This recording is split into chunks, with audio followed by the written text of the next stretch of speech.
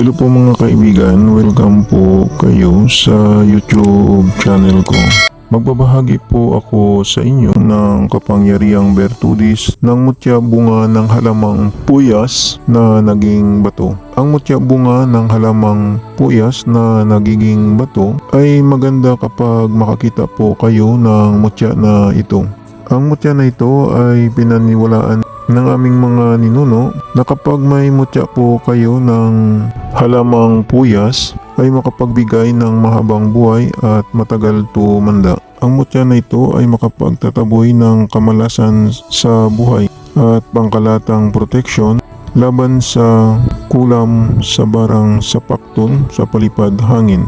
Proteksyon din ito laban sa kapangyarihan ng mga masamang engkanto, masamang elemento, masamang espiritu, at makapagpagaling po ito ng sakit na gawa sa kapangyarihang itim at makalusaw din ito sa kapangyarihan ng sumpa at diskomunyon. Ang gawin po ninyo kapag may mutya kayo ng bunga ng halamang puyas ay ibabad po ninyo ito sa tubig o sa langis ng niyog at gawin ninyong inumin ang tubig sa araw-araw at gawin ninyong pangaplas ang langis na binabaran ng mutya bunga ng puyas na nagiging bato.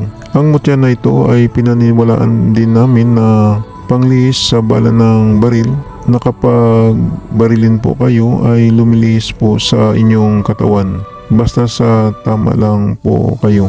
At panglihis din ito sa mga taong may masamang tangka at panglihis din sa mga hindi inaasahang panganiba at sakuna at gawing kalmin o pwede din gawing kwentas na palagi ninyong suot sa inyong katawan. Kapag makakita po kayo ng mutya na ito ay ingatan na lang po ninyo at tingnan po ninyo ang kanyang video.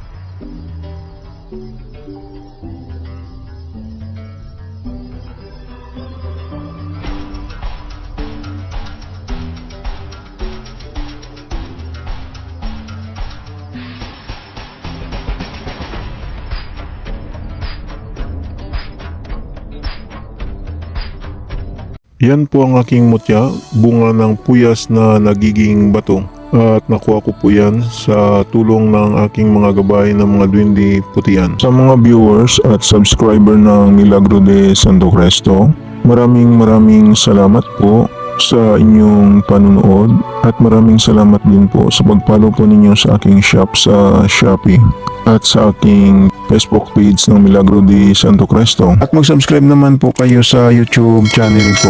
Panoorin na lang po ninyo ang second channel ko sa YouTube sa Milagro de Santo Cristo 2. Baka may magustuhan po kayo ng mga lamang gamot na magagamit po ninyo.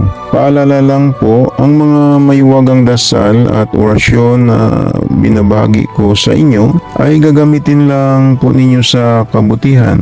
Gumagana na. Ito hindi na kailangan ng 49 days na dasal. Ang kailangan lang magdasal kayo sa Panginoong Hesus sa gabi bago matulog at pagkagising ninyo sa umaga magdasal din kayo. Mananalig lang sa Panginoong Hesus para lalong lalakas ang mga pagsambit sa mga mahiwagang orasyon na gagamitin po ninyo. Yan lang po, maraming salamat at God bless sa inyong lahat.